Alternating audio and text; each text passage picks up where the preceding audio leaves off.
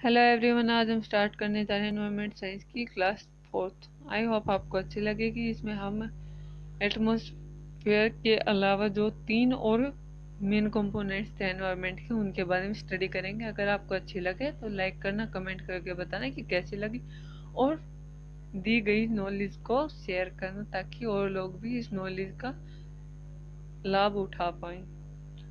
और आगे आने वाली वीडियोस के लिए आप चैनल को सब्सक्राइब भी कर सकते हैं। आई होप आपको अच्छी लगेगी। अब हम स्टार्ट करने जा रहे हैं second main component of environment, hydrosphere. Hydrosphere क्या होता है? जितनी भी बॉडीज, वाटर बॉडीज प्रेजेंट होती हैं अर्थ पे, उनसे मिलके बना होता है हाइड्रोस्फीयर।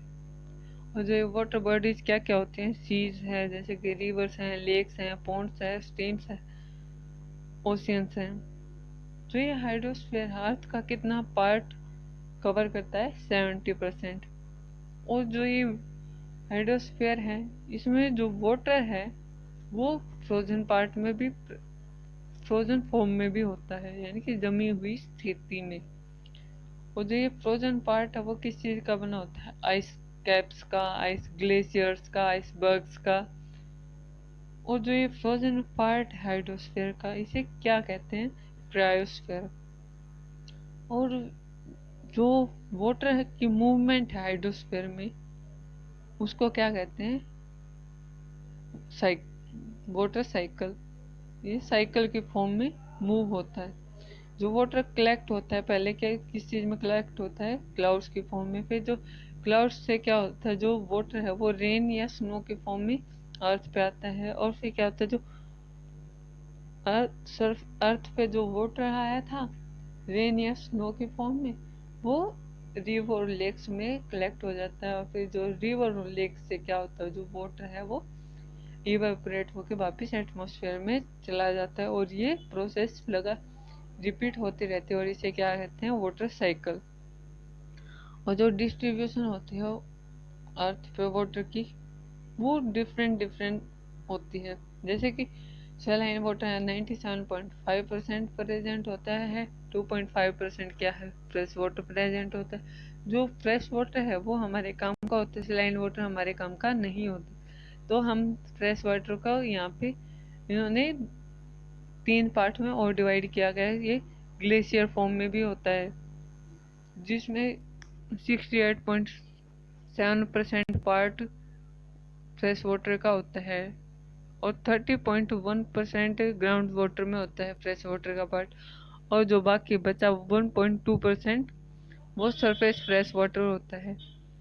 और फिर जो सरफेस फ्रेश वाटर है, जो हमारे कुछ यूजफुल है, यूज के लिए है, हार्मफुल नहीं होगा हमारे लिए, वो है ग्राउंड आइस और परमाफ्रोस्ट की फॉर्म में 69.0%।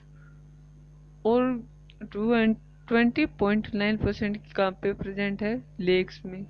सोइल मॉइस्चर की फॉर्म में है 3.8%, स्वैम्प्स में 2.6%, रिवर्स में 0.49%, लिविंग थिंग्स में 0.26%, एटमॉस्फेयर में 3.0%।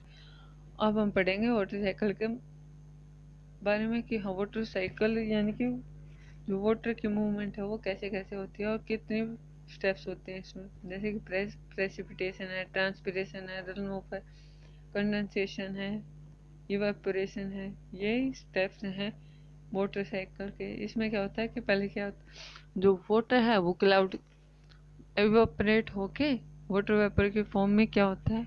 एटमॉस्फेयर में जाता है। फिर एटमॉस्फेयर से कंडेंस होके क्या होता है?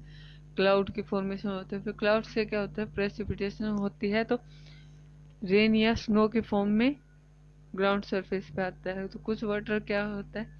ग्राउंड वाटर में चला जाता है और प्लांट्स के द्वारा एब्जॉर्ब कर लिया जाता है, और प्लांट से ट्रांसपीरेशन होके वापस एटमॉस्फेयर में चला जाता है। और जो वाटर एब्जॉर्ब नहीं हुआ होता वो क्या होता है? उसकी रन ऑफ हो जाती है और ओशियंस और लेक्स में पहुंच जाता है। और ओशियन और लेक्स से क्या होता है? वापस इवेपोरेट होके वापस एटमॉस्फेयर में चला जाता है। Type of movement of water in water cycle. कितने तरह के हैं, जैसे कि इवेपोरेशन है, इसमें क्या होता है, जो लिक्विड वाटर है वो गैसेस फॉर्म में हो जाता है, यानी कि लिक्विड है वो वेपर में चेंज हो जाता है। उस प्रोसेस को क्या कहते हैं, इवेपोरेशन। रन ऑफ क्या है, जैसे कि जो वाटर है वो क्लाउड से रेन और स्नो की फॉर्म में आया और जो एब्जॉर्ब नहीं हुआ और सरफेस वाटर की तरह फ्लो होने लगा, यानी कि ओशियन और लेक्स में चला गया, तो उसे क्या कहेंगे, रन ऑफ। और फिर क्या आगे, ट्रांसपिरेशन। ट्रांसपिरेशन में क्या आगे, जो प्लांट की जो बॉडी है उसमें वाटर की मूवमेंट होती है, फिर क्या हो जाता है, जो लीव्स और स्टेम से इवेपोरेशन हो जाती है वाटर की। इस प्रोसेस को क्या कहेंगे, होल प्रोसेस को ट्रांसपिरेशन। फिर आता है कंडेंसेशन। कंडेंसेशन में क्या होता है, जो एटमॉस्फेयर वाटर है वो क्या होता है, कंडेंस होके क्या हो जाता है, जो एटमॉस्फेयर में जो वाटर वेपर है वो कंडेंस होके क्या हो जाता है, लिक्विड फॉर्म में कन्वर्ट हो जाता है, और फिर क्या होता है, कंडेंस होके क्या होता है, क्लाउड की फॉर्मेशन हो जाती है। और ये कंडेंसेशन कब होती है, जब वार्म जो एयर है वो बहुत ज़्यादा वार्म होने लगे, वार्म एयर बढ़ने लगे एटमॉस्फेयर में और कूल होने लगे, तो ये जो वाटर वेपर की जो होल्डिंग कैपेसिटी है वो लूज होने लगती है, और फिर क्या होता है, कंडेंस होने लगता है वाटर और क्लाउड की फॉर्मेशन होती है।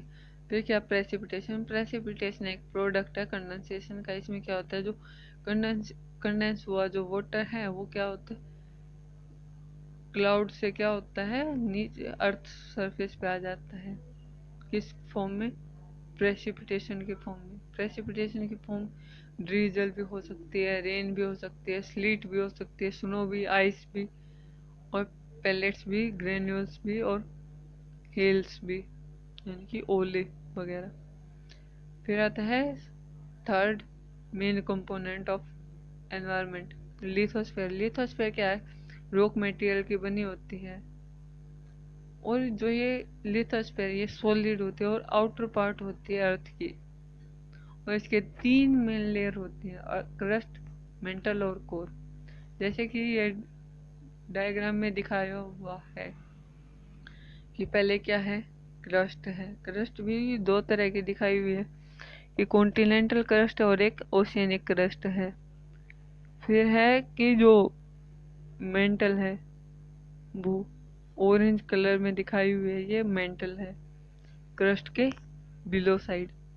और जो मेंटल है और के नीचे क्या है, कोर प्रेजेंट है। कोर भी 2 लेयर्स में डिवाइड की गई है, आउटर कोर और इनर कोर। और जो कोर और क्रस्ट के बीच में क्या प्रेजेंट है, मेंटल लेयर।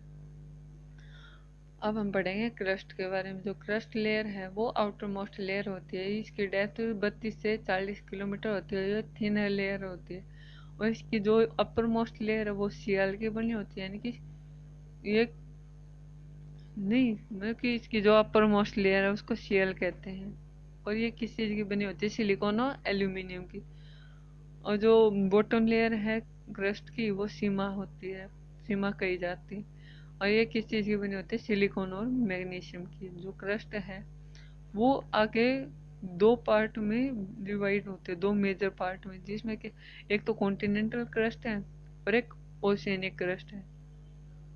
जो कॉन्टिनेंटल क्रस्ट है वो 32 किलोमीटर थिक होती है और ग्रेनाइट रॉक्स की बनी होती है। ये एलिवेटेड पोर्शन होता है, यानी कि एक स्लोप की फॉर्म में। फिर आता है ओशियनिक क्रस्ट, ये ओशियन बेड होते हैं जिस पे ओशियन प्रेजेंट होते हैं। यस। फिर क्या है, 7 किलोमीटर थिक होती है ये, और बेसाल्ट की प्रेजेंट होती है।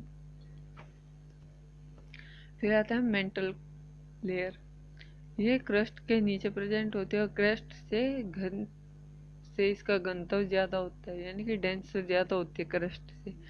2900 किलोमीटर थिक होती है ये। वो कितनी थी, 32 से 40 किलोमीटर थिक थी, और ये 2900 किलोमीटर थिक, यानी कि बहुत ज्यादा थिक है, किससे, क्रस्ट से। और ये किस चीज़ की बनी होती है? वेरी हॉट सॉलिड रॉक्स की, जो फ्लो करती है। और जो क्रस्ट और मेंटल के बीच में जो रीजन होता है उसको क्या कहते हैं? मोरोविसिस डिसकंटिन्यूटी या मोहो भी कहते हैं इसे। अब हम पढ़ेंगे कोर के बारे में। कोर क्या कितनी डीप होती है? 4960 किलोमीटर डीप होती है। इसको दो पार्ट में डिवाइड किया गया है, दो लेयर्स में, आउटर कोर और इनर कोर।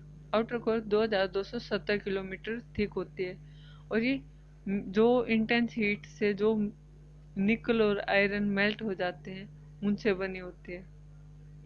और इसका टेम्परेचर कितना होता है? 4000 से 5000 डिग्री सेल्सियस। और जो इनर कोर है वो किस चीज़ की बनी होती है? सॉलिड आयरन और निकल की। और इसका टेम्परेचर कितना होता है? 5000 से 6000 के अराउंड, लगभग 5000 से 6000। और इसका जो प्रेशर है वो बहुत ज़्यादा बढ़ता है। फिर आता है fourth main component of environment, biosphere. Biosphere क्या है? जो बायोस्फीयर है वो 4 लेयर्स में से एक लेयर है जो अर्थ के चारों ओर होती है।